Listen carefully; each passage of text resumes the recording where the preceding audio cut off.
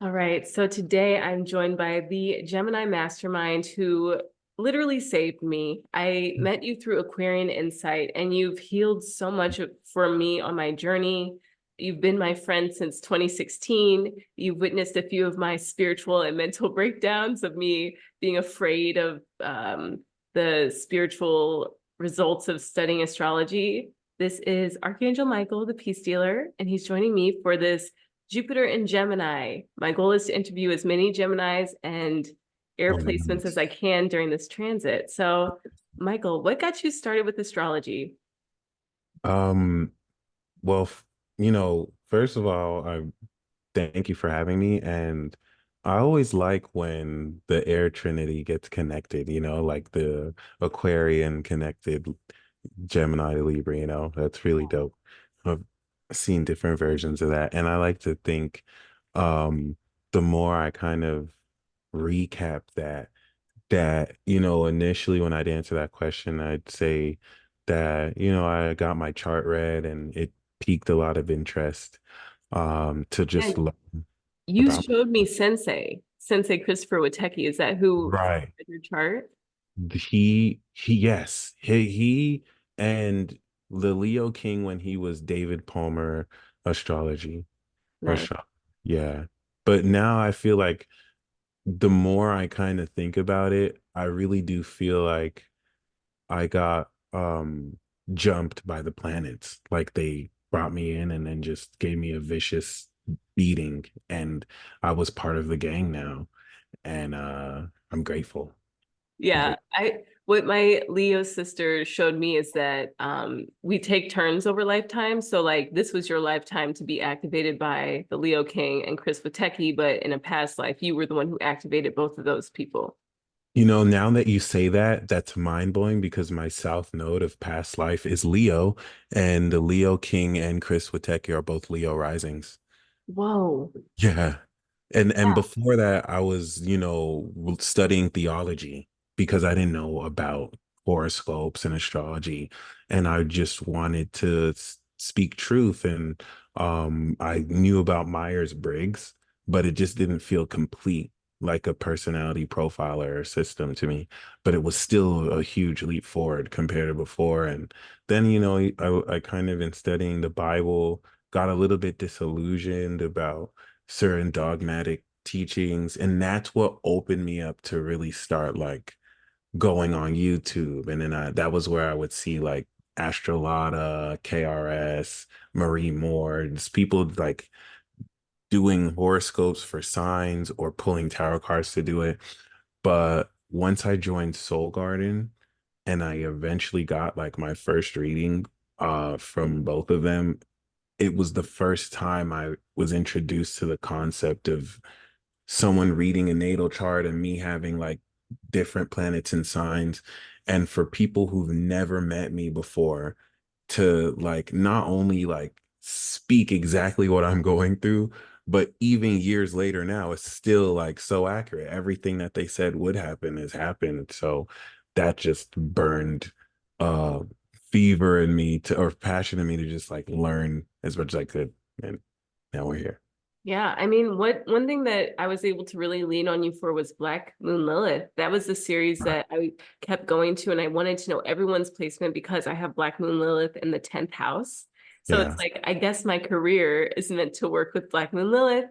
And Sensei did say, oh, don't work with her. She's a dark energy. And I'm Venus ruled, but it's like, well, she's in my 10th house. I think I'm supposed to. So Right. what started that series for you?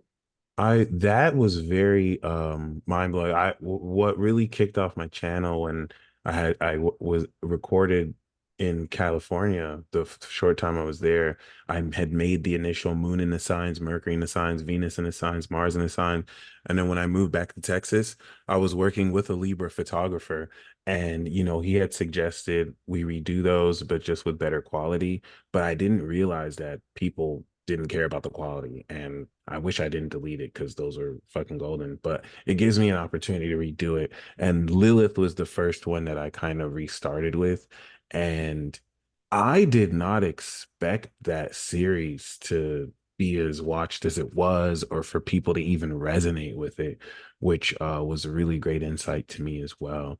And I want to revisit it.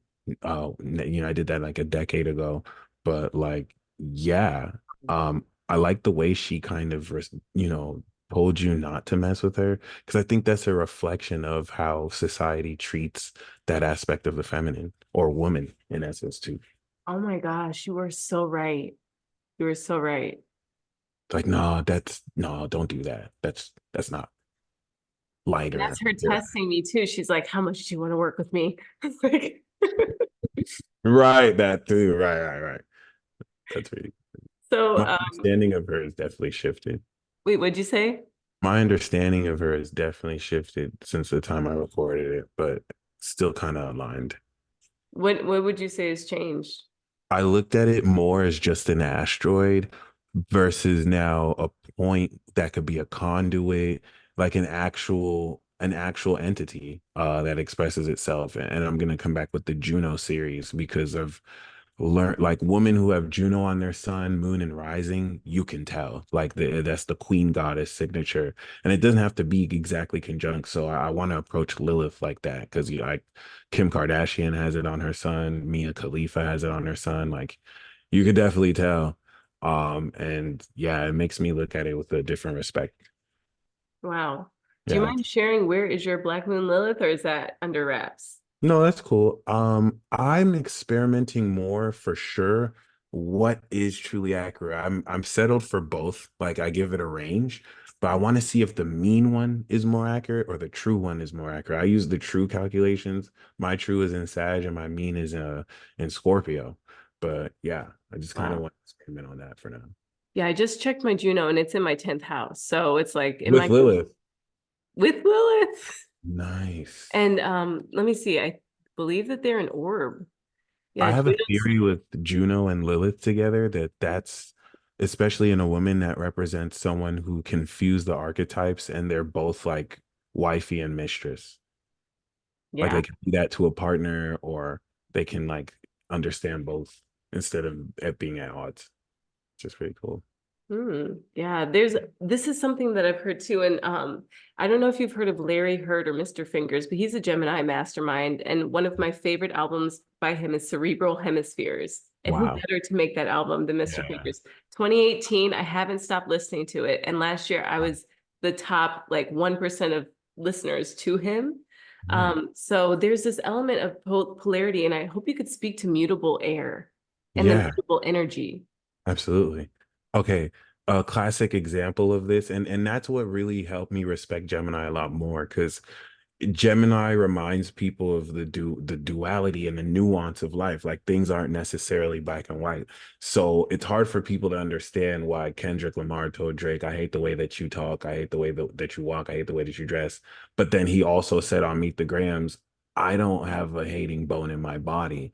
And it's, stuff like that calls Gemini a walking contradiction, but both could be true. It's not necessarily um just double speak. So I like to think we can't necessarily perceive beyond the third dimension. And there is that metaphysical aspect as well that we have to relate with. There's the yin, there's the yang. And And what a we kind perfect of thing for eighth house of Scorpio to say. Scorpio who's so black and white. Yeah, extreme, very extreme, which thanks for inserting that too, because that kind of literally led to kind of pointing that out as far as like not just transforming out of that, bringing light to that. But I'm glad you brought up the Scorpio in the eighth house because the fixed sign of Scorpio can get so stuck in pride to where it is predictable, keeping up the energy versus transforming energy. Of course, they all work together really well. But I really do appreciate the question because it kind of represents that sword that just kind of cuts everything but splits the spirit and soul or splits the lies from the falsities. Um, and in typical Gemini fashion, I've said a lot of words, but No, because I'm very visual, and as soon as you said sword, I'm thinking Archangel Michael, which is, the word. Or what do you think of the sword of Archangel Michael? I want to know your take on it. It is a sword that cuts soul and spirit and, slices and divides truth from the lies So amongst things. I have a question now because my husband, he's Pluto ruled, but he's, I think I'm on Pluto's good side. What would you say about a Chiron and Gemini placement? Okay, yeah. Chiron and Gemini is, the more I consider it, grossly underrated. Uh Kendrick, Nicki Minaj, and Drake have that. I think it's 86 and like 87. And Chiron and Aries triggers people. Chiron and Gemini is like the next step. Because we don't live in a perfect world, it's impossible for Chiron and Geminis to have a conversation and it not like grate on people like on a chalkboard, because Chiron and Gemini will just infuse vulnerabilities through truths that one hasn't accepted that they need to hear. It's literally healing communication. So Chiron Aries is raw spirit healing. Chiron Taurus is natural healing. So they have the tactile ability to literally heal. And then Chiron and Gemini is now communication healing. It's angelic healing. But a lot of people are evil. And I hate to say that, that's a gross generalization, but there's evil in a lot of people. And when you speak the truth, they hate that. So it ends up being a tool for exorcism just through the word. And that for the native can have people feel vulnerable about expressing the truth. Because with the Chiron and Gemini, every time they've expressed the truth, especially if they have an opposite Saturn, it's been associated with shame, with guilt. Don't say that. Don't say that. And then they have to like overcome that and just learn, would you rather have yourself be triggered and not trigger other people, or be good with yourself and trigger the fuck out of other people? Hmm. And What would you say about Pluto? I want to go through all the main please, that's planets so masters. fun. Pluto and Gemini, what would that be? Oh my God. That's a really good question. And I want to do more research regarding that, because uh if we think that Pluto has gone through Libra in the 70s and now Pluto's coming back into Aquarius now since the 1700s, it's definitely uh good to see what happened around that period. And I believe uh Pluto Gemini was probably like the 1800s for sure. Right before, I know Pluto, it was right after the IRS was formed in Whoa. Pluto Oh, Taurus. that's Nasera Gisser. So we're going to be relieved of our debt, Okay. maybe. No, I'm glad you brought that up, because now we're in that completion phase. Ever since the IRS was founded, Yeah. we are in the completion phase, which could also mean they've completed harvesting and extracting all the money that they've needed to extract. So if that overturns that, that would really be amazing. Yeah, I think that's a good way to see it. Revolution. Pluto Gemini to me now may at that time really innovated communication portals and channels, how telecommunications is done. If you think it is a quality of rebirth, and an Oh, example of and that. this is when Nikola Tesla was around. Pluto Okay, Gemini.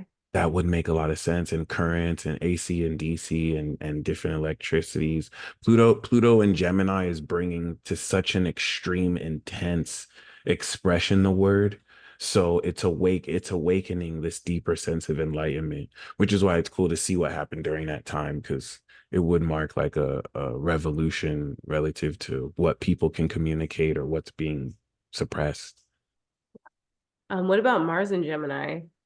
I like Mars and Gemini. When if you study the natal charts of certain battle rappers, it's not uncommon to see Mars and Gemini. If you think the aggressive god of war and a sign of communication in a battle where people are spitting like bars and poems at each other aggressively, and Mars and Gemini adds this wit and ingenuity to what you say, where like your words are an actual weapon. And I literally just listened to Ghostface Killer, Oh, and my he has friend. Venus and Mars and Gemini. Yeah, my friend who she's a music artist who told me about how we activated each other over lifetimes. She has her Mars and Gemini, and Okay. she does rap. Like she's a Right. musician performer. That's all. Mars and Geminis who rap very distinctly different than non-Mars and Gemini. They don't have to, there's no time lapse between them thinking of what to say. It's really on the fly and they spit literal daggers. It's really dope because it's like a slick talk in a way, but now also, whereas I have like Mars and Aries, and I'm going to act instinctually without thinking, they have the capacity to think about what they're doing while they're doing. So it's literally enlightened actions that one are taking. Mm. Yeah. What about Neptune and Gemini? Neptune and Gemini, I can only imagine. Once again, that the last time we've had something like that was like, yeah, like probably in the early 1900s. So Neptune and Gemini is going to transcend once again the brain function. Virgo is more analytical, but Neptune and Gemini is going to really now transcend one's thoughts and thinking to think things that aren't necessarily physical or real. So it's like you could have um taken a cookie out the cookie jar, and if I had Neptune and Gemini, I would start thinking like, wow, wouldn't that be crazy if you like stole a cookie right now? And I don't have any necessary, I didn't induce that or analyze that inductively or deductively. It was just a thought I had, which now suggests that I psychically picked that up uh metaphysically. And once again, that'd be interesting to see what happened in history because uh all of this builds up by the time we were born with Neptune and Capricorn. It's integrated their psychic ability to bring us to that level. Just super dope. Okay, I had something. What is your Myers-Briggs? I think, okay, so when I did the test originally, INFP, but Mhm. I think I switched from INFP to INFT. Cool. Yeah. Okay, I know that I am an INFJ or an ENFJ. So it just Sorry. I meant to say INFP to INTP. Yeah. INTP. Cool. Because you definitely got the judger. I'm definitely more a perceiver for Would you sure. say judge Instead of, I know you said you have the J's at the end of both, but yeah, I definitely, I perceiver? yeah. And you Okay. said INFJ Yeah, or an ENFJ. It or switches. ENFJ. Okay, between E and I. Yeah. That's I a, definitely resonate more with the I because it's really hard for me to get out of the house. I have Cancer in the fourth house, so it's like Cancer in the third and fourth under equal. okay. You Gosh, definitely look like the E, but I can see how you feel like the I. cool. Yeah. What about Uranus and Gemini? Okay, that one is very exciting to me because um I want President Trump in office because when Uranus returns, he's gonna have the Uranus return in office, and that would be a stark contrast to, let's say, Biden's sun in Scorpio, right? And I'm just curious what would happen because Uranus and Gemini to me is quite literally innovating thought. And it coming back is, if you think Jupiter is expanding the thought channel Hmm. and Uranus is going to now innovate that thought channel. It's like when Uranus goes through, if we're on average thinking like 100 thoughts a minute, Uranus is innovating this to where we're processing like 5,000 thoughts a minute. And if our thoughts aren't expanded to handle that capacity, it's like our brains will short circuit. And what's that going to look like? Technology through Uranus and Taurus has already been patented where you can put stuff on your head and it reads your brain signals and you can literally move stuff with your mind instead of touching the pad. So that's what Uranus and Gemini is going to bring out. And it's literally Matilda.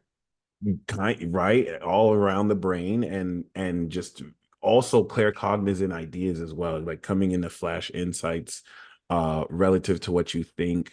I think it gives one the ability to sense the future, which is why, once again, someone like President Trump, or I think even Rudy Giuliani has Sun Uranus, like people born in that generation. Yeah, I'm excited for that. The children being born with that's going to be wild. Wow, yeah. My stepdaughter, she has her Venus in Gemini. So wait, let's do Venus in Gemini. What would you say about that? She, I'm like, girl, you better. I know you're little. I won't say the word, but like I have some words to say about her. And then she also has manifested twins as her friends. Yeah, I noticed that. That's crazy. That type of stuff really trips me out. Yeah. There is a magic. So Venus and Gemini, if anyone born with Venus and Gemini has the heart of an angel. That's the first thing to really kind of, and having a magic heart like Venus and Virgo, Sag, Pisces, those are handled a little differently because now it can, based on what they just decide to love, it produces a magical effect or it creates some kind of magic happening. So um my Venus and Taurus has progressed there, and the stubborn quality of, being more loyal or whatnot. Gemini gives it brevity. So Venus in Gemini is going to be a lot more detached to the concept of love versus maybe like a Venus Scorpio or a Venus Aries that might be very passionate towards it. It's going to make sense. Love that makes sense is going to let me talk to multiple people so that through that I get to, know more Whoa. people. And then if I find one out of them, I can. It could be seen as, if they don't have integrity, it can be seen as just kind of talking around or whatnot. But the way to the Venus and Gemini's heart is to sapiosexual mental stimulation. If you I can really, love that you said house too. yeah. Oh yeah. Yeah. That's a really good one. It's literally like adding. I think the people with those are really good at poetry because they Mm, can it's so beautiful. cool. Oh, I can't now he's slipping out of my mind, but Dorian Gray, the author who wrote that, the portrait of Dorian Gray. Anyways, I'm sure he was a Gemini. I love poetry. Who's Dorian Gray? It's a book that this guy wrote. Okay. And then what about the sun in Gemini? Sun in Gemini is uh the spirit of an angel, the spirit of truth. It is the word where Sagittarius would be the meaning of the word in the dictionary. So it represents conscious awareness and enlightenment in the sense where through that duality you can choose to tell the truth or a lie.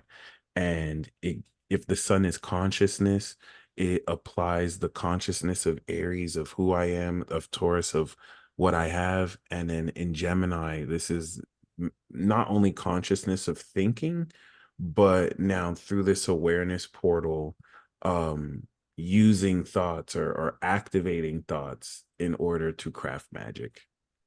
Okay, so this is a question I asked to Sensei. What is knowing? Like, what would that state of awareness be? I love that. I love that you asked that. It took me a while to get that too. Gemini is the word bender. Knowing is Aquarian. Mm. That's why Libra is very central to me because it is the bridge between both. Everything that you communicate in Gemini and Wordbend comes from a source of knowledge, the mind, which is Aquarius, the mind of God, which speaks now Gemini, the word of God. And then you could say Libra is the voice, but it depends. Maybe if it's another, so maybe even something bigger than that. So that's like first, fifth, 10th house for Gemini. Oh, yes, ninth, first, fifth, ninth. Okay, first, fifth, ninth. Okay, what about Jupiter and Gemini? Because that's what we're Right. doing Jupiter in now. Gemini brings expansion. When Jupiter was 29 degrees Gemini for me, that's when I realized I'm the peace dealer because it was in my first house of identity. So the best way I can explain Jupiter in Gemini is pre-Jupiter and Gemini, having an average vocabulary pool, post Jupiter and Gemini, having maximum vocabulary, like the amount of words you use, it's quite literally over 12 years leveling up your brain and what it is you communicate, but it's just also really chaotic because it's expanding the truth in a way that could be twisted for deceit, but really, brings to the next level discourse and conversation. Do you feel that we're going to see a lot of the deceivers come out during Pluto retrograding into Capricorn? That's a really good question. It's very possible that could be taken anyways. It could give them a time to re-strategize. What that feels like to me is like someone who moved out of a corporate office coming back to collect their stuff. They moved everything out, but there's a few things they left behind. But it could definitely mean that. Now, we would also have to keep in mind that Neptune will also be sextiling it near the end of Pisces, and anything kind of like squaring it could put it in check. But that's very significant because that's the last time it'll ever go in Cap, and then it's just all out revolution. Yeah. I what I've come into recently, because I've just started really opening up to share my gifts, is like all these years I've been seeing and silently judging the deceivers. Like I was like, what are these people doing? What are they talking about? But only now am I willing to, I can't stop making content because I've had a few different people, teachers, Yeshua came through and they're like, you have to start putting yourself out there, come out to everyone. I literally have a Nice. newsletter that I had to get AI to help me write. And then I just sent it to my whole subscriber list because it's like, if I help one person out of that and everyone else unfollows me, that's what I needed to experience. And that person can come into their light. Nice. No, that's awesome. But also I'm seeing the deceivers kind of quiet down because it's like, I've been watching them like WTF. And now that I'm starting to make stuff, it's like, I see them less on my newsfeed. I see them, kind of like, talking about spirituality rather than trying to be spiritual. And it's like, yeah, Right. I love the meme that you made. It was like Leonardo DiCaprio saying, whenever these people come out and then their business practices are exposed, they're converted to The Christianity or in Christianity, yeah, virtue. yeah. Oh yeah, yeah, yeah, yeah, yeah. And oh my God, like I I always give the benefit of the doubt. I always like to believe, well, maybe they genuinely switched, but you never know these days. You never And that's know. what I'm wondering too, because it's like, what if these people really, want to be spiritual and they're not really deceiving people out of like their soul. They just have karma from a past life where they did it and now they need to burn out all that energy of the feelings of being like, I know this is wrong, but I have to post it to retain power. Because I'm like, where does that urge even come from to deceive people? I mean, it could be a past life for certain people. That's could be a way they unconsciously like project that. Um, I I kind of believe it's people whispering in their ear, judging them.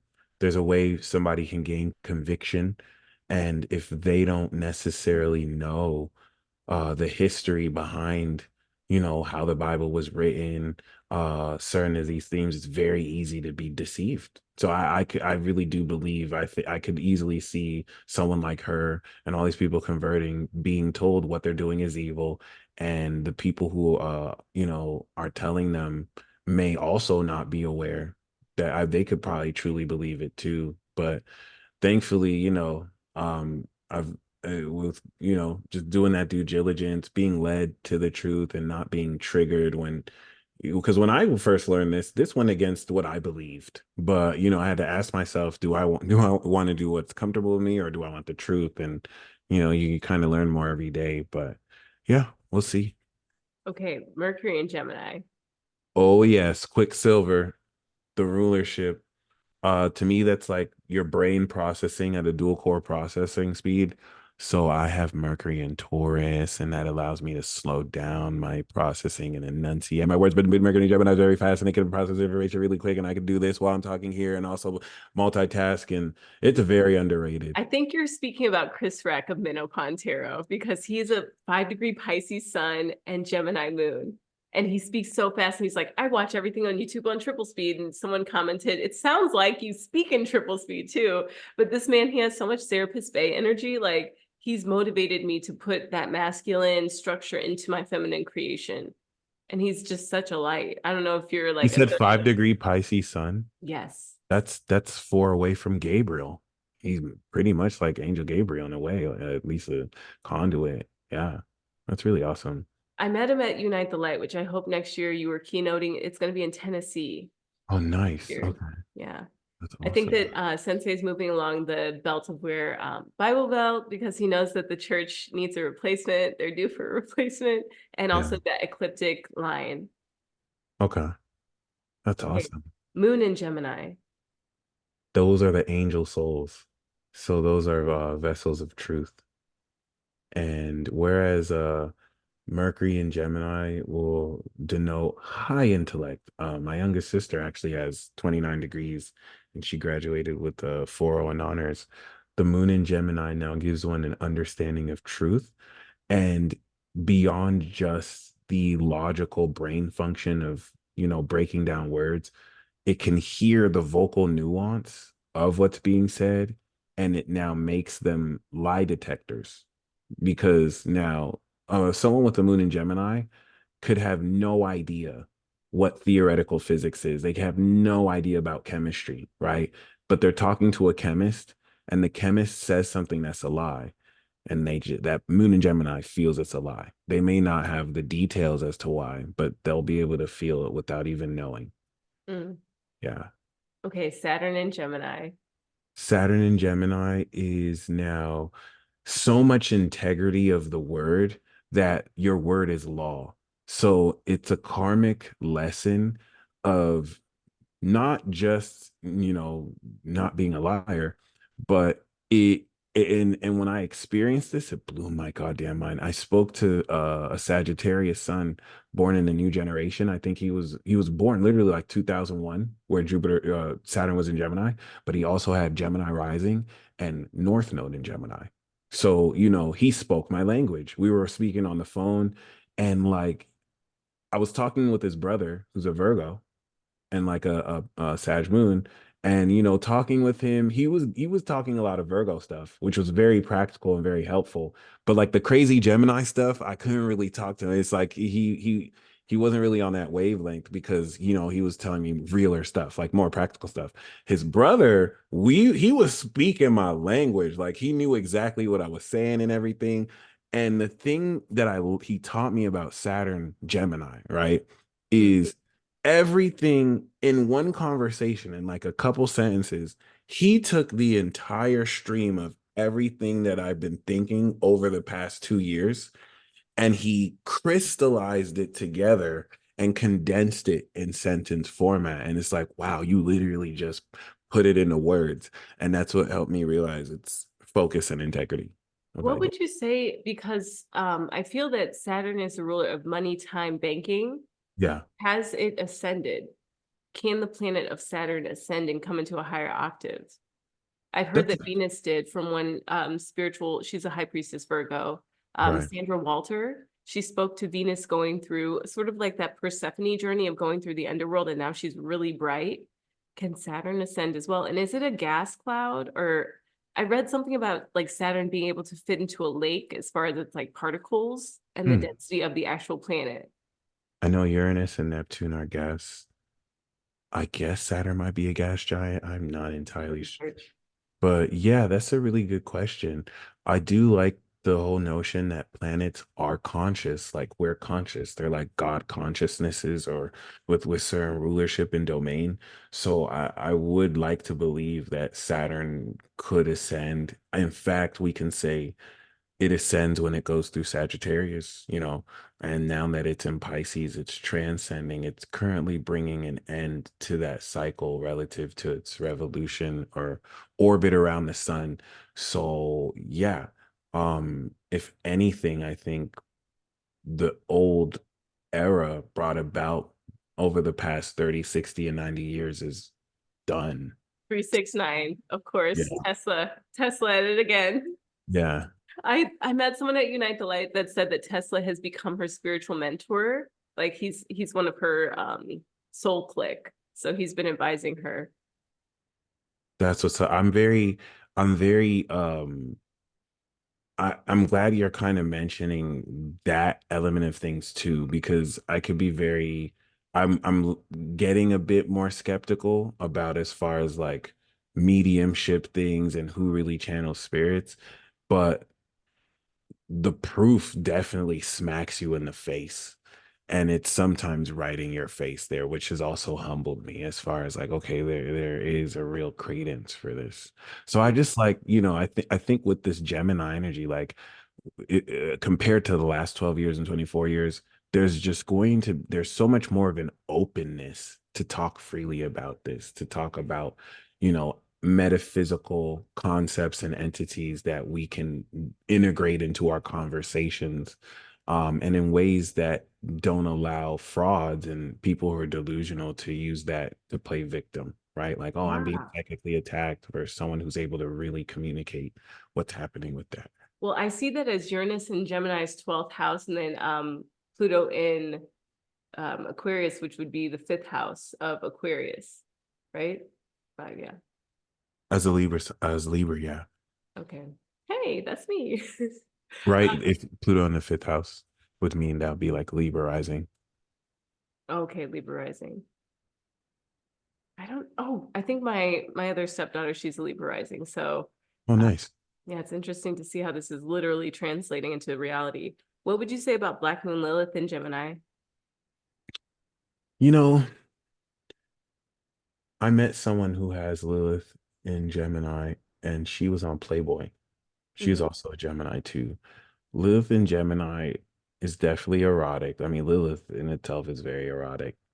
So there is, you're applying ingenuity and wit to where now even someone who is fully clothed and isn't necessarily being overly sexual can stir those feelings up in a conversation. The nuance of what's being said, how raunchy or even if classy it is being said.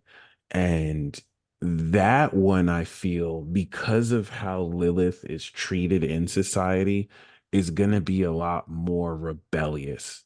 Where Lilith, Lilith, first of all, if the rumors are true, like preferring to be on top and not having a man be on top, this is reflected in communication. Lilith and Gemini women in particular talk back, especially to higher authority and men. They're not going to be afraid to kind of speak on things that a woman shouldn't say or is taboo. Like they're gonna share the suggestive memes that are very sexual and can relay that too. But yeah.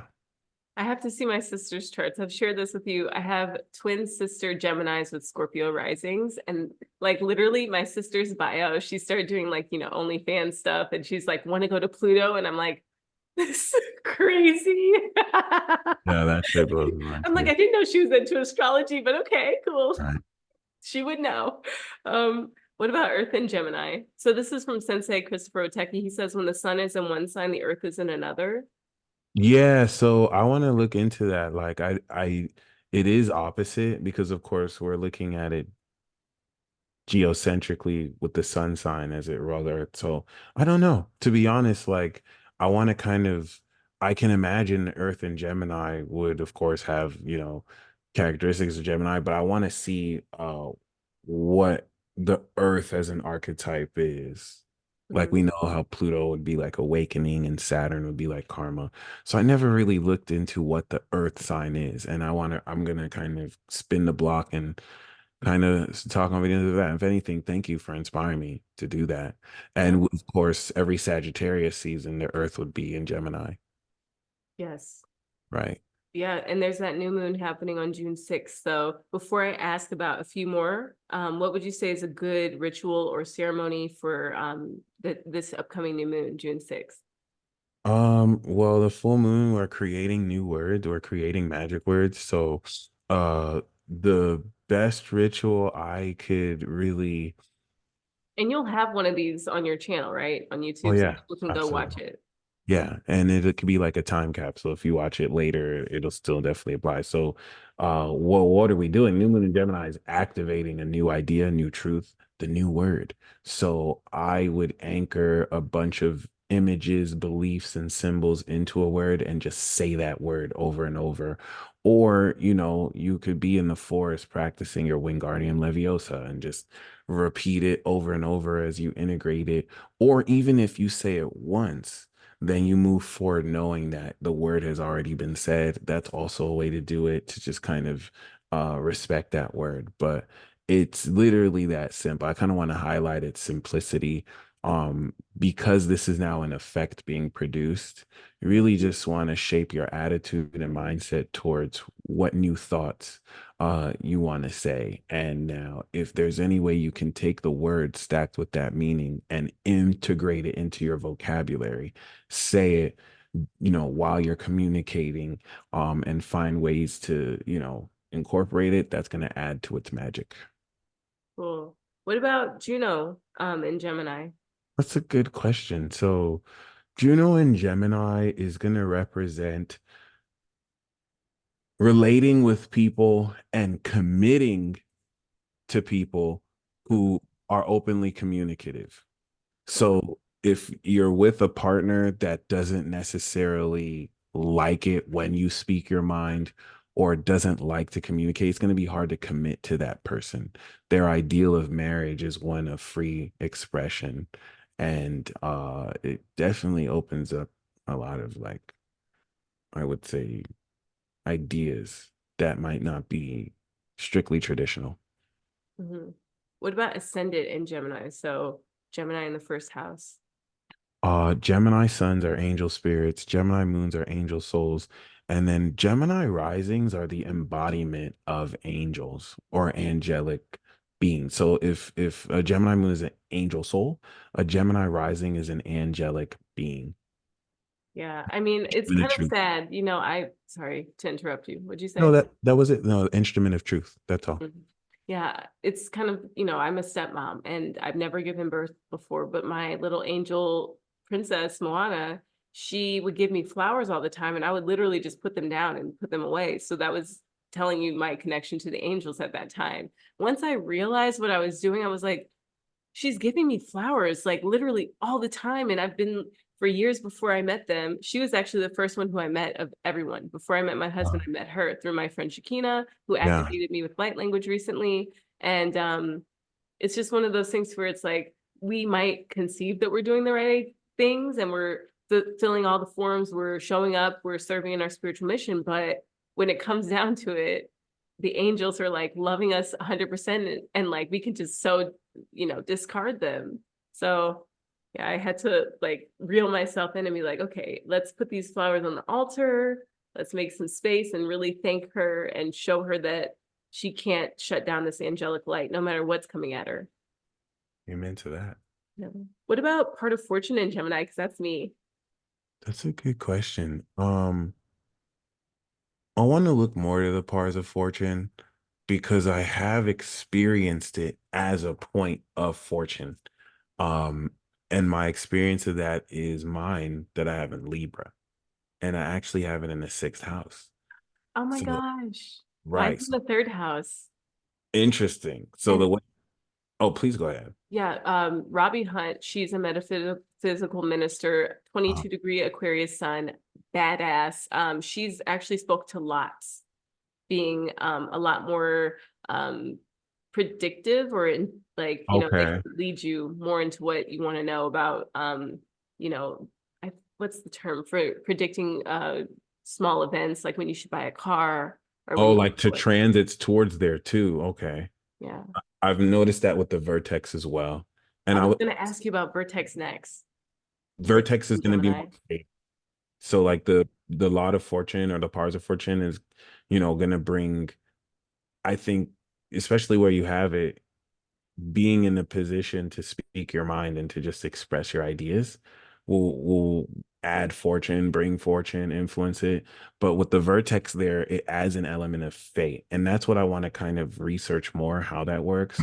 But I know from experience, like when Mars was transiting my vertex to the degree, that was when I became aware of somebody who actually had like their north node on that degree or something like that. Like you can time transits towards there, which I think in Gemini would be triggered around ideas you might have, epiphanies that might occur, key things being said, especially in your third. Awesome. Yeah. Well, okay, I think we're ready for the next question. What is an example of when astrology severely impacted your life? Like you Oh had my God. something major happen with astrology.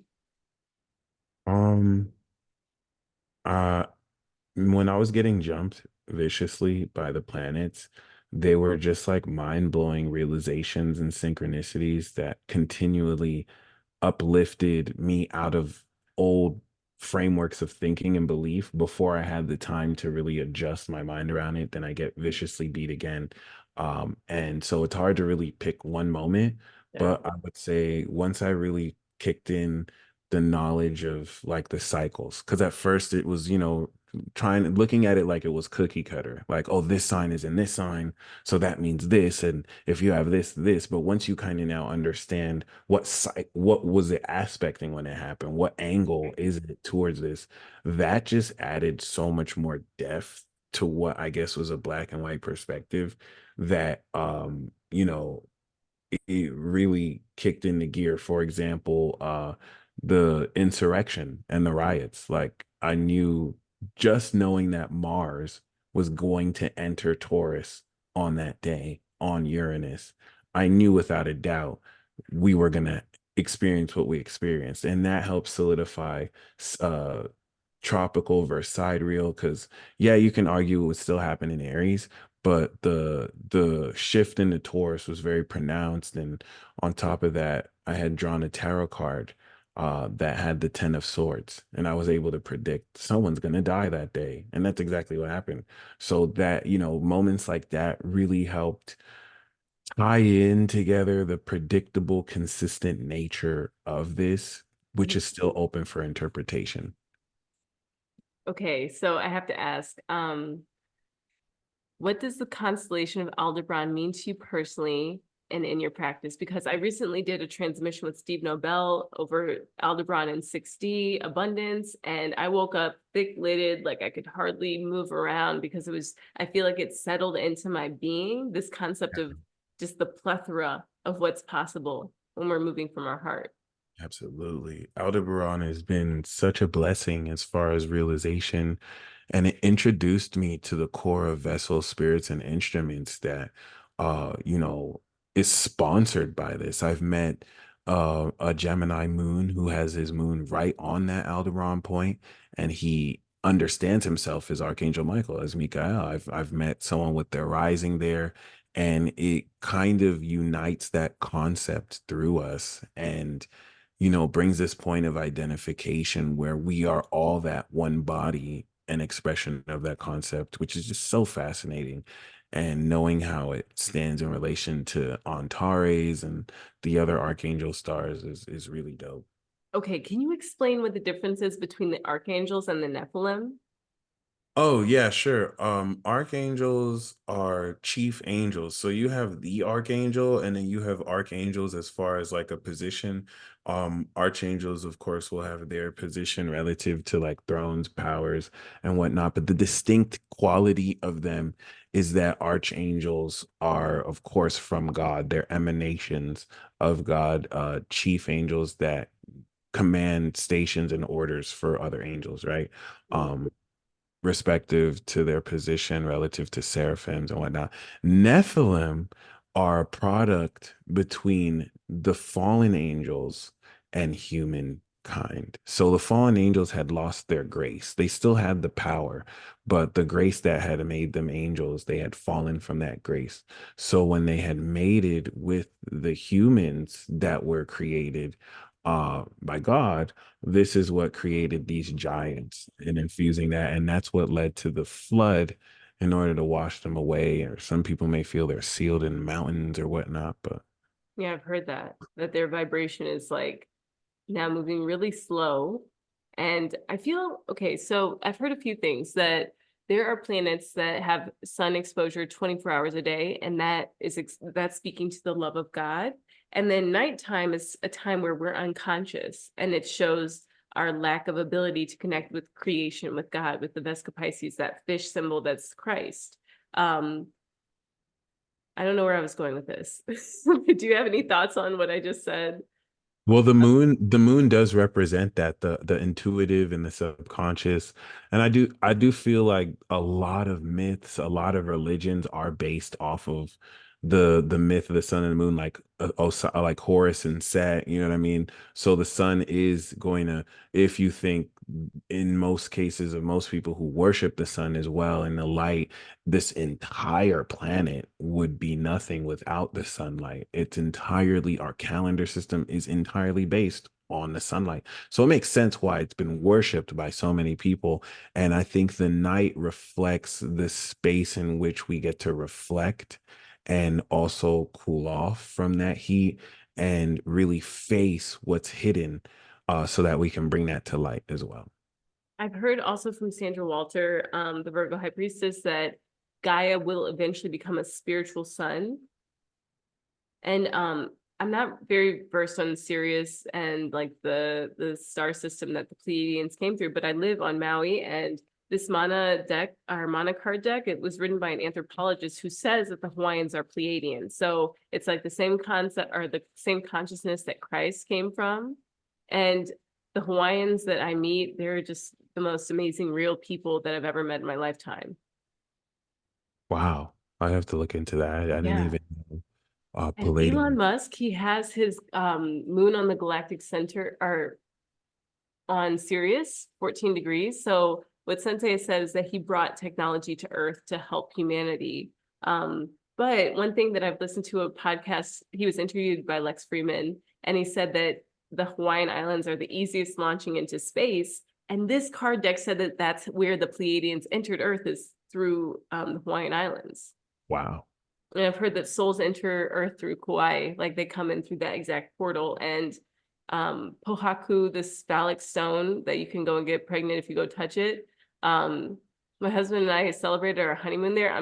I'm waiting until Jupiter goes into Cancer for all of that. But like there was this green crystal that we saw there, and I was going to leave it. And my husband was like, "Go take that." So I took it, and I think I gift. It's like in our, on our property somewhere. But how do you feel about crystal consciousness and like Andaras? Do you have any? And Dars I'm not familiar with, but They come from Sedona. is it a type of crystal? It's like this is my it's called Oh like wow. ice or something, but it's Yeah. basically, I feel that it's light in the most dense form that it could be. Yeah. That crystals are something that I've never known how to practically apply. And I was very skeptical of too, especially because of the predatory practices of people just kind of, making stuff up. Right. But that's another thing that kind of humbled me as far as like knowing the frequencies, or rather how to utilize said frequencies. And it helped me kind of want to approach the knowledge of that deeper, because I'm not familiar with what each stone represents, but I Mhm. kind of want to learn how they come to that conclusion, how that's known, because I really do feel there is an untapped potential there as far as like how we can integrate that more too. But yeah, I'm pretty much a newbie when it comes to that. Have you what's the most spiritual location that you've been to, and do you study astrocartography at all? I I don't necessarily practice it, but I have seen evidence and results of it.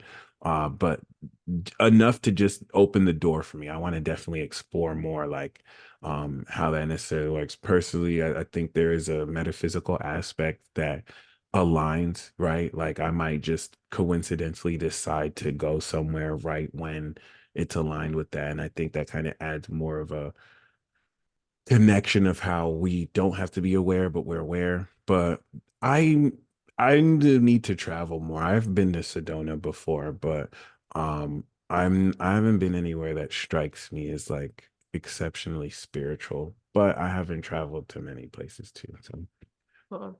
Okay, another question. And then I don't want to, let me know when you have to go, because I feel like I could just continue asking you questions until I like have, no more breath. But can you describe a time when you felt the strongest connection to Archangel Michael?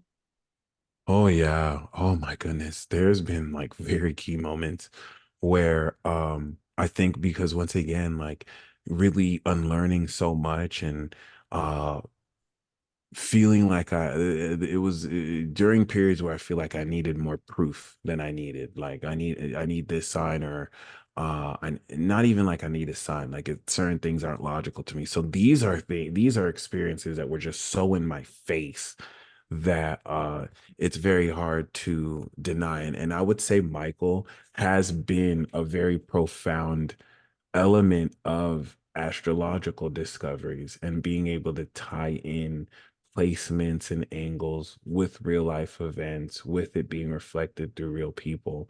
But yeah, I remember when I was in California, and two people that I had met that night, and then my friend earlier that morning, within that 24-hour span, within that 12-hour span, they had both made it a point to tell me, the first thing they say when they tell me is, I saw your angel form. And that's something that, like, I would have probably um not taken serious if it just happened once, but then it happened back to back. And then this happened again during two cosmic energy tune-ups that were booked back to back, which is an anomaly. Like, that never happens. And they both made it a point to say, hey, I looked at your energy and it's huge. Like, I saw your angel form. And that really helped. Periods like that helped me realize, okay, the angels exist. This isn't necessarily just like the guidance of that does exist in a way. Even when he came to visit me through the vessel of my late friend's son, we walked around my apartment. He was talking to me about how, the difference between Armon and Lucifer, and how Lucifer be hating, and in fact be careful because you should move from your apartment. He'd watch you. And as we're coming back into the apartment, there's a man walking into the apartment in front of us with a tarot card on the back of his shirt, and it's the devil card. And we just look at each other like, see? He's just like, see, this is what I'm talking to you about. So just like that real presence there, and just learning to peel the layers back and be more aware of that eternal presence, which is just fascinating. Yeah, just to reveal the truth whenever it's like, we need a sign. Um, that also strikes me as something that where I'm like ley lines. And that's where, for me, astrocartography speaks, because when I was in Vegas, my mom and I were waking up at 3 a.m. and I was like, I feel like there's just a ley line here that's waking us up, because it's beyond circadian rhythm. The sun, there's so much light pollution in Vegas, Yeah. that it's like, it's not even circadian rhythm. It's just like this pulse that's surging. That's amazing because that the person who I was just talking about, his late mother was the first person to ever introduce, and she was also a Gemini with the Aqua Moon. She was the first person to introduce the concept of ley lines to me. Like, I didn't know what those were before, and we had met upon them in El Paso and like moving towards there. But I would have to do research. I don't know where the ley lines are, but that would definitely be something to look into and visit and Well, do. and for me, it's um interesting because I planted some Andaras before these eclipses, before solar and lunar eclipse of, they both happened, I think, at some point this year. Sorry, I can't give you the exact info and like wordage, but then I saw that along the disaster that happened in Kula and Lahaina, the Hawaiian poppy is sprouting on its own. Like, and I planted a Andara up in Haleakala, which is the ancestor. It's considered the island within the island of Maui. And Haleakala and this other Iao Valley, they're really sacred to Hawaiians. So it's just interesting to see that potentially ley lines can be mediated with crystals and with that crystalline consciousness. Someone had mentioned organite too. What's that? Organite, I have no idea, but I think it's a type of, I don't know if it's just a crystal, but they wire certain things with the crystal that adds to the frequency, and apparently it has some people use it to like jam frequencies being projected, but once again, I'd have to really research more into that. Yes. Okay. Orgone crystals, What'd you say? think they're orgone crystals, and they make organite out of them. Okay. Okay. I'll have to just pick one up and see how it works. Yeah. So what is this new strategy that you're using with the degrees where you're like, this is in 180-degree aspect and 320-degree aspect is something that you're sharing that's new? Yeah. When did you download this, and like what has it been allowing for you to do? Well, ironically, and I love that you say it's new because nobody really talks about it like that, but actually this is the foundational astrology. So it's really, I would say, as old as astrology, but yeah, before I did that, right? Um, I would be accurate, but after I do this, now I'm precise, like to the minute, to the day. Um, I think it was, I know part of it in learning astropsychology through this course with Glenn Perry, it helped me kind of be familiar with perspectives and understanding more of the archetypes and psychology of the signs. But I think once I was looking more into aspects, and I was skeptical at first. I didn't believe that aspects and angles could carry the archetype of the sign.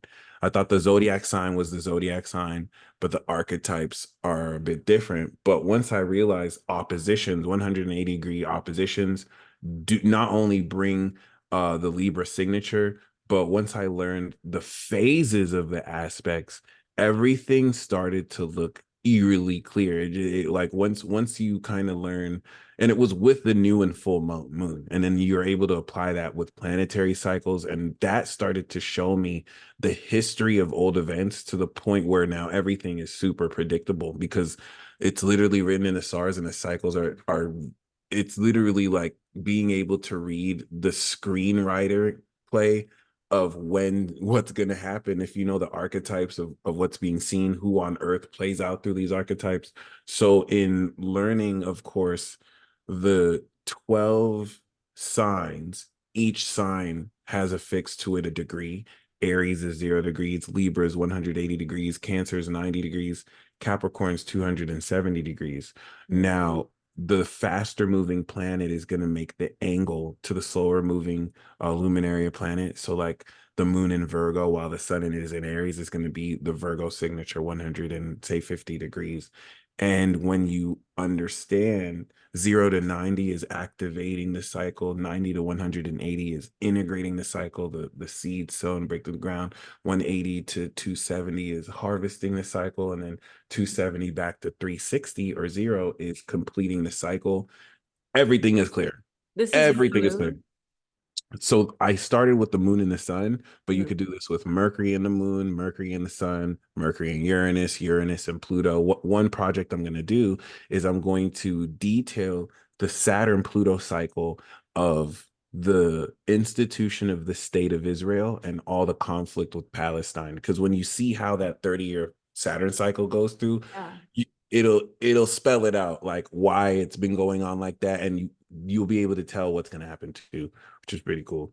So I met one woman at the Unite the Light conference. She was my takeaway from the entire experience because it was just her and I. She's a 29-degree Leo sun, and I didn't get her name. But she's a fan of a subscriber of yours, and I hope that she can like see this and share or like share something. But she is Lebanese and Jewish, I believe, and she Oh, told nice. me that the Basque people are the children of Israel, and that they haven't compromised their language. As we know, English came from Germanic, which came from that, which came from this, which came from that, and every other Yeah. language on earth, which I believe when we speak, it's activating the Holy Spirit or not. Like if you're not open and aware of the channel that we are, it's like, So the language you're speaking is like watered down version of the spirit, basically. mhm, I like that. I believe that. That's what's up. And cool. she speaks like that original language. Well, she was able to share that with me because she's not a Basque person, but she was Okay. telling me that these are the children. Um, And I learned the distinction between the children of Israel versus the descendants of Judah, mhm. which is also very interesting too. Yeah. And I was guided to read the book of, I keep wanting to say the book of Ishmael, but it's the book of Isaiah. And I Yeah. sit next to a reverend. This is my experience of working in faith, is running through LAX and making a 15-minute connection before my other flight took off. And I sat next to this professor of theology, reverend. This man was amazing. 76-year-old, still works in construction. He had the scars to prove it, but he delivered all 5 of his children. And he was sharing with me just various insights that were like confirming every single thing. Like he said, if this plane were to crash with my love of astrology, who would greet me at heaven? You know, would I be locked out? And I'm like, Jesus is going to greet me at the gates. And he went to kind of say something. And I was like, I just told you, like, that was my natural response, is that I'll be greeted by Jesus. Well, you believe that the gates are locked. Like, you know, it's like this breaking through of these paradigms and this indoctrination Yeah. we've been. And the semantics too, where people want you to say it the way it has to be said. And if they have anything against Jesus or the concept of that or whatnot, it can get in the way of the truth of what you said. Yeah, I think that at the end he was trying to get me to like open up my heart to Jesus, but I was like, I got baptized at 11 on my own, and my parents were so mad at me. They were like, "Why did you do that?" And you know, this, that, and the other. But I was going to church with anyone who I could, anyone who would take me. So my art teacher, one of my Wow. friends who is Christian, like I just had to go to this specific church, and I love it. I still consider it my home church, and I don't Nice. necessarily consider myself a church goer anymore, Right. but it's something to where I'll like take the girls for a Christmas thing, or we did an Easter egg hunt so that they can be around the experience of knowing Christ. Which the church is, which is the universal uh core of people who believe and align with the truth versus like a physical place. The bride of Christ. You said the bride of Christ. That's the church. Oh, really? Yeah, so see, the Catholicism is like an infiltrator of the faith. So the whole notion that church is a physical place where you go to is a myth. In order to take away like the Thank you. Thank church is right, like people who actually walk the faith and align with truth, we are all one body. That's what the church is universally. That's the bride of Christ when you become born again. Like I have some ideas that just peek through the clouds and you just actually verbalized it. Something that it didn't quite come through. And I was like, what was that? Okay, goodbye. And now you're like, this is exactly what it is. We're all the body, we form the body of the church. There's not a physical Right. location on the map. I mean, there's a reason, there could be a purpose for it. Like there's a reason why they congregated physically, but that's not what makes the church basically. It's like you were saying, congregation. So, But okay, sorry, my brain is like, what would you say? Because I think this is going to be a funny question. What would you say to someone who's just learning their sun, moon, and rising sign? oh, that's a really good What placement would someone like that have? Like Chiron and Gemini, or for someone Sag, who's just Sag? learning. Yeah, someone who doesn't know it. Oh, that could be any placement. Hmm. Yeah. No, it's a really good question. I mean, Chiron and Gemini and Sag might have a proclivity to learn it quicker or more Mm. it's through experience. But yeah, I mean, um, the best thing, that's a really good question. If you just learned it. All right. The best thing I would learn is the relationship between once you know your rising sign, learn the relationship between your sun and moon, what angle and signature it makes, and how that plays out based on your rising. So you would start with the sun and moon, and then once you're familiar with that, bring the rising as an extra layer that you put that on top of, and that'll let you know where it plays out. And that I know if you're just starting, that might not make the most sense, but Yeah, it feels like it's human design. It's like over my head. And I want, it's going to, this is my new affirmation. I will allow for it to be revealed to me, the truth of what you're saying in the coming days. absolutely. Oh, that's beautiful. That's the form of it too. But I would start with the angle. Start with the angle of the sun and moon. And yeah, how many degrees is your moon from your sun? And learn the signature and how you express it through your awareness and soul. So mine is like if you just look at the number, it's 4 degrees. My sun is 9 degrees Libra, and then my moon is 27. No, wait, my moon is 5 degrees Leo Leo, okay, okay. So I in that case, that's in the like fourth house. in Sun the and Degrees rising. you said 9 Libra and 5 Leo. Hmm. Okay, that's like 4 degrees away from three. That's like 296 degrees. So Oh, I love that technically, number. technically that's the Capricorn signature, but I feel like you Interesting. could round it too. I feel like since it's in the sign of the Aquarius signature, it could kind of low key round. And I'm glad you said that because I mean, I would in researching that, I would ask people like you if it feels blended, like you feel 10th and 11th, or if it feels more like one and the other. You know what? That's so interesting because that number nets to an 8, which is the Capricorn degree. The Sensei's step system, 296. Okay, I decide. That's true. Yeah. That's interesting. And this Oh, is an the eight cap year. signature. Yeah. And it's the 8 year. Okay. That's what's up. 2024. Um, yes. So, how has astrology helped you in your own healing journey? It's definitely helped me align what's happening in my current experience with the cycles that are affecting us collectively. So instead of working against the current, I'm able to go with that flow. It doesn't necessarily, I have to solve my problems. I have to make my own decisions. But instead of trying to find my way from Florida to California on my own, it is a superior GPS system that saves me a ridiculous amount of time. And it helps me profile people to a haunting level where they think I know them better than they know themselves. Mm. Yeah. Okay. And then, oh my gosh, GPT chat with the questions. What legacy do you hope to leave behind in the world of astrology? I want to make sure, whether directly or indirectly, um, the at the earliest level children learn in school that they're being taught this, even if it's to a point where they hate that they're learning it because it's being drilled in there, but by the time they're like 18 or 15 they know it at an advanced level.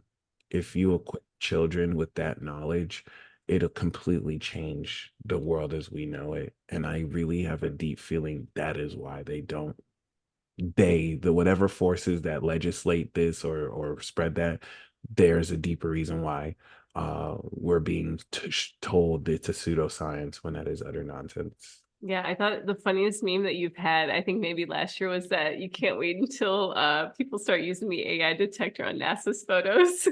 Oh my So god. funny.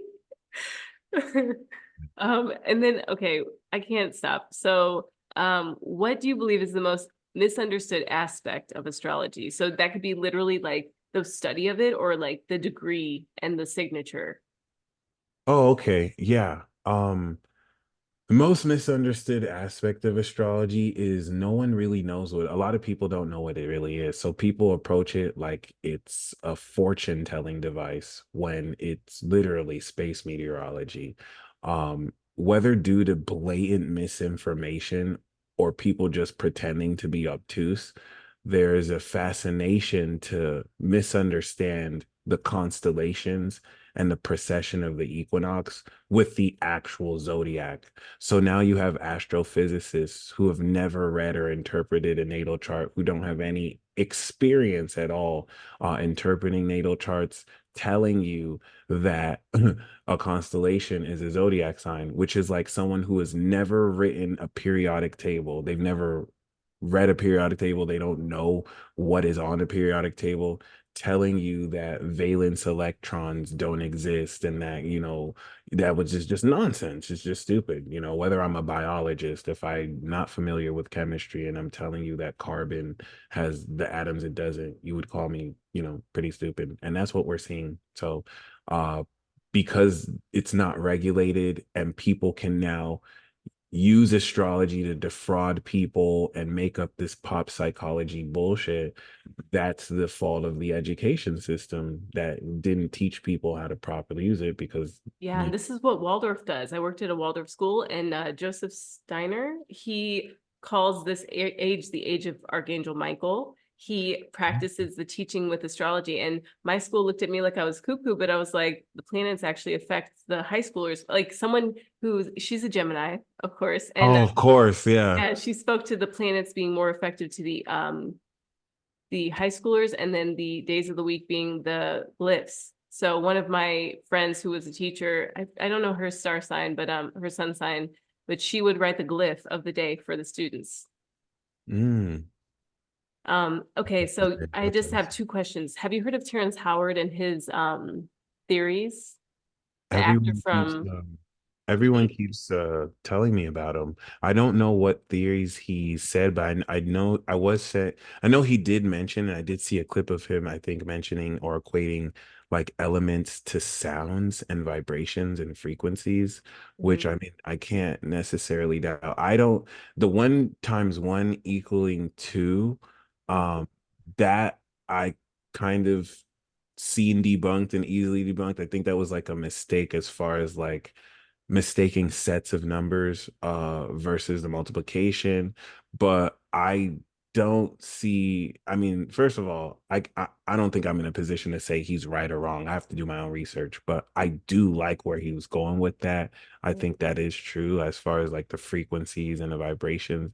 And I like that he's challenging the status quo of what we've been taught, whether it's all right or wrong, which is an important element of just like, I think one of his takeaways that I've gotten is the seed of the flower of life, because I've made a little sculpture of it, but essentially it's like if you balloon the drawing of the flower of life to a 3D model, then it's the inside, the innermost part. So it looks like a diamond, but there's no lines. It's just sort of like this, like if I can try and draw it, it's like if you think of the flower of life drawing, and all those circles, it's just like let me go get this thing.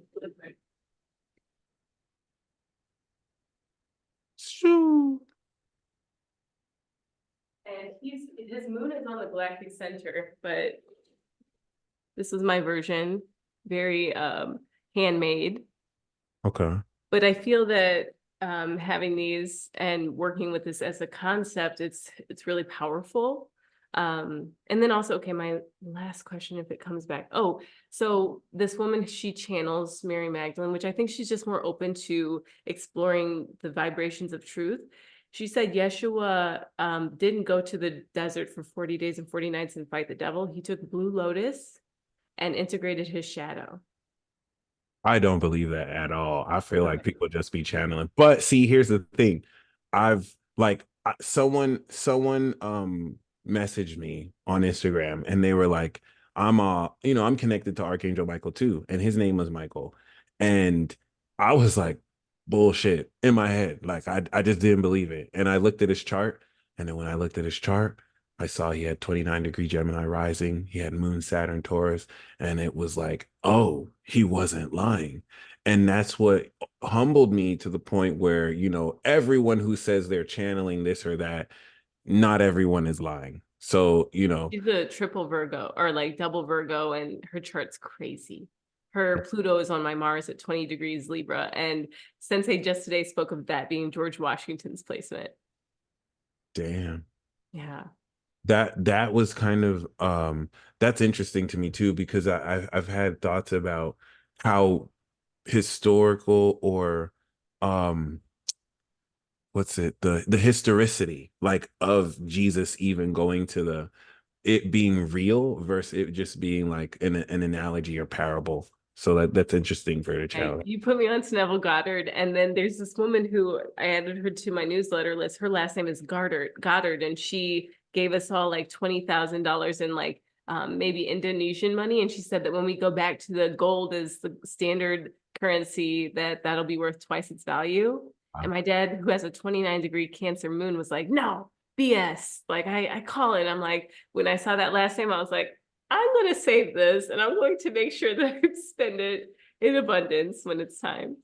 So, okay, if you want to pull a card, I would like to pull a card. Now I just feel like I felt like I only needed to pull from this angel deck, but um, if you have any intention for sending people off and any projects that you have or ideas, let me know what we're pulling for. Um, I mean, we're definitely experiencing the winds of change.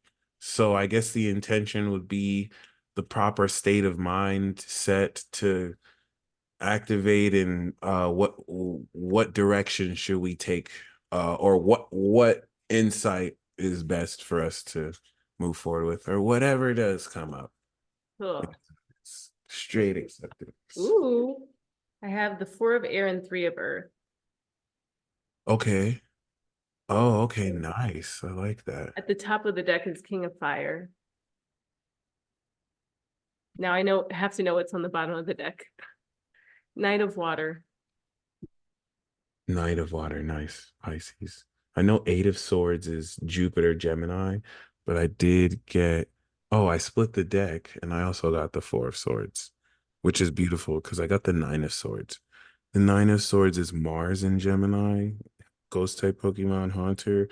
Nine of Swords, I mean, we're expanding our mindset, and this can now expand the shadows of anxiety in coming into so much new information and realizing what's possible and immediately thinking negative, dealing with enhanced psychic attack too. But I'm glad we got the Four of Swords because this is speaking of being able to come into that clarity and being able to balance this. And the main card I got is the Magician. So that could induce the anxiety. Like, stepping into the next level of the manifestation of your skills and maybe having imposter syndrome or anxiety about, oh, can I handle this? Can I make this work? Eight Eight of of water was in the middle of the deck. So it's like people are okay. tired of being fed nonsense and I feel like they want to seek it for themselves, which is Yeah, a change. yeah. Demonstrating it themselves too. Oh, and this was the next card, the Knight of Swords. So I think it's literally what you said. It's like demonstrating those skills and coming into the truth through trial and error, through experimentation, scientific method. Boom. Very cool. That's Michael, awesome. I hope we could do this again in the future because, it'll be a year of Jupiter and Gemini. And I'm so happy we did this on Grandmaster 5 degrees Gemini. What a potent container. And I'd definitely love to invite you on the channel for a peace talk. That would be so cool. Whoa. Do you have anything that you want to share with people who are watching? Mm, I would just like to remind you to stay true to yourself, meaning there is nothing, and I mean absolutely nothing outside of yourself, your capabilities, and your skills that you need. Um, Even if it doesn't look like that, you can quite literally out of thin air create what you need, even if you need some time, consistency, and persistence to do so. All right. Well, you heard it here, folks. Make Oh, magic, my friends. there we go. Easy bake oven style. All right. Thank you. And see you soon.